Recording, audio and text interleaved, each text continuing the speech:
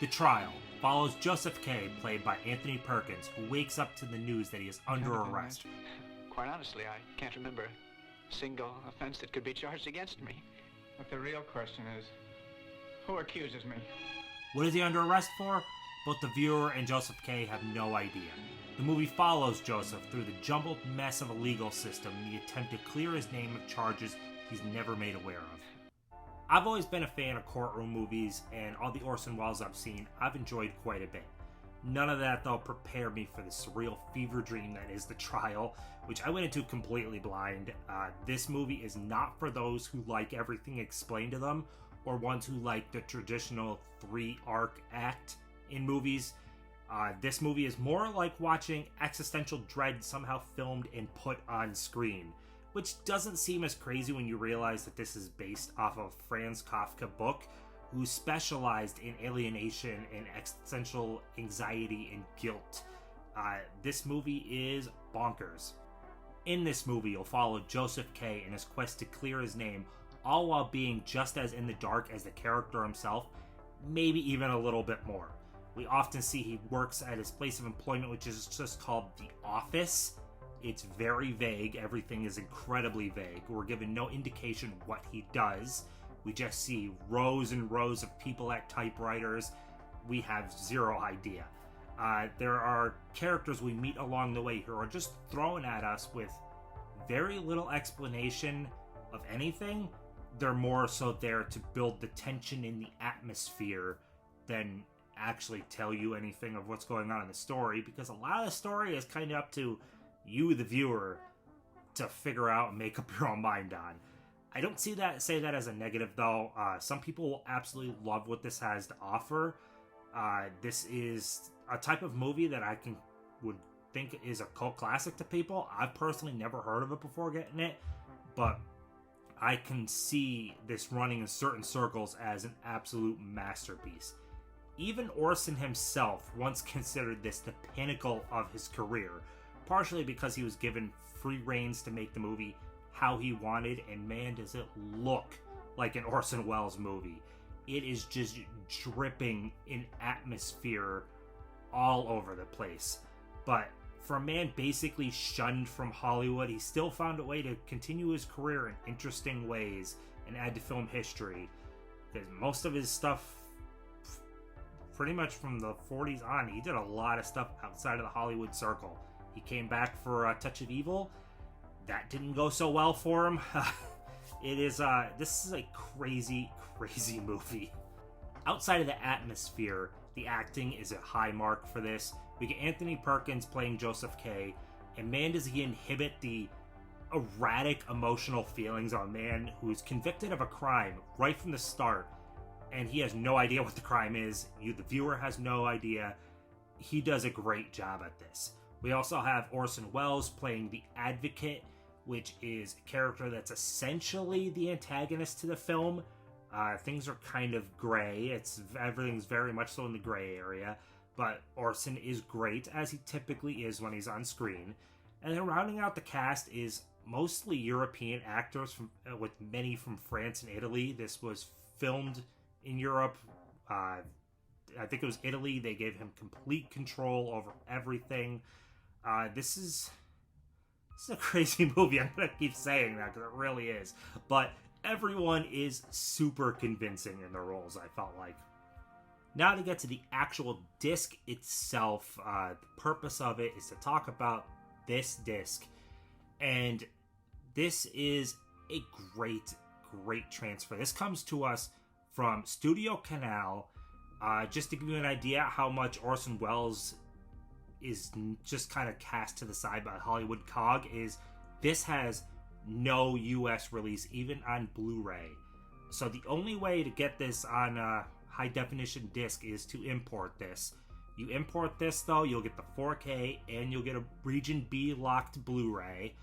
But transfer wise, this thing is stunning. Absolutely stunning. Those inky dark blacks, the plays with shadows that Orson Welles does so well, looks amazing here in 4K. My gosh. This is a tremendous transfer. It's grain heavy at spots. I love grain. I'm good with it. But this is a beautiful, atmospheric, dreary movie. There is some crazy shots in this movie, like a room. Joseph K goes to visit this painter who's in this room that is with slotted boards with spaces between, and there's children peeking through all the holes and the light peering in. It's gorgeous and eerie at the same time. It looks fantastic. High marks on the transfer on this. I seriously recommend a transfer. So the audio on this is listed as dual mono PCM. I only have a LG soundbar connected to the LG TV. It sounds good. I'm not an audio expert, so just take the audio side with a grain of salt, but it sounded good to me. I was very happy with it overall. So video, definitely thumbs up. Audio, it sounded good to me. And now for the special features, which was something really good on here. So we have the special features are split across two discs. We have the 4K and we have the Blu-ray. On the 4K, you will get the trailer, which it's a new cut trailer. It's good, but the real winner is there is a documentary called This Is Orson Welles. It's a 2015 documentary. It's 52 minutes.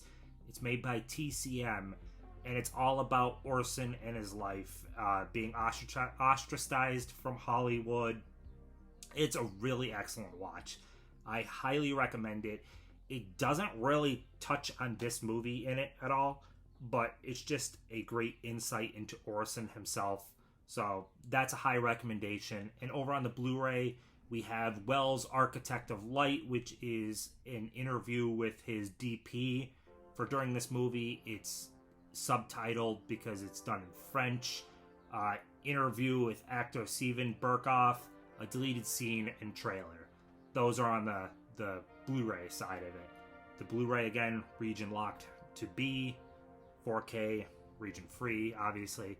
But yeah, overall, would I recommend this is completely based on what do you like in movies. If you like open-ended, what the hell is going on type stuff, and you like to just figure it all out with your own interpretations, you probably would like something like this. If you are someone that wants everything explained along the way, don't touch this movie at all. This movie is very, very vague on a lot of points, and if you like everything explained, you won't like this movie at all. But atmosphere-wise, this movie was a winner for me in the sense that I enjoyed my time with it. I feel it's something I will return to, especially to try to dig deeper into what the heck is actually going on, because there's a lot of like allegories of the legal system, because the legal system is oh my god, in this movie you can't even make heads or tails of what the hell is going on. It's a bonkers movie. I said that, but it really is. But good acting. Yeah, I give this a recommendation if you're into that type of movie. That's the best way I could say, is check this out if you like to be figuring things out as you go, I guess. If you want things fully explained, no. So that's all I got for my first return to these Grayscale reviews. I want to dive more into these. I really do. I don't know what movie I'll do next, but hopefully I'll get better at the whole process as I go. But thank you so much for watching.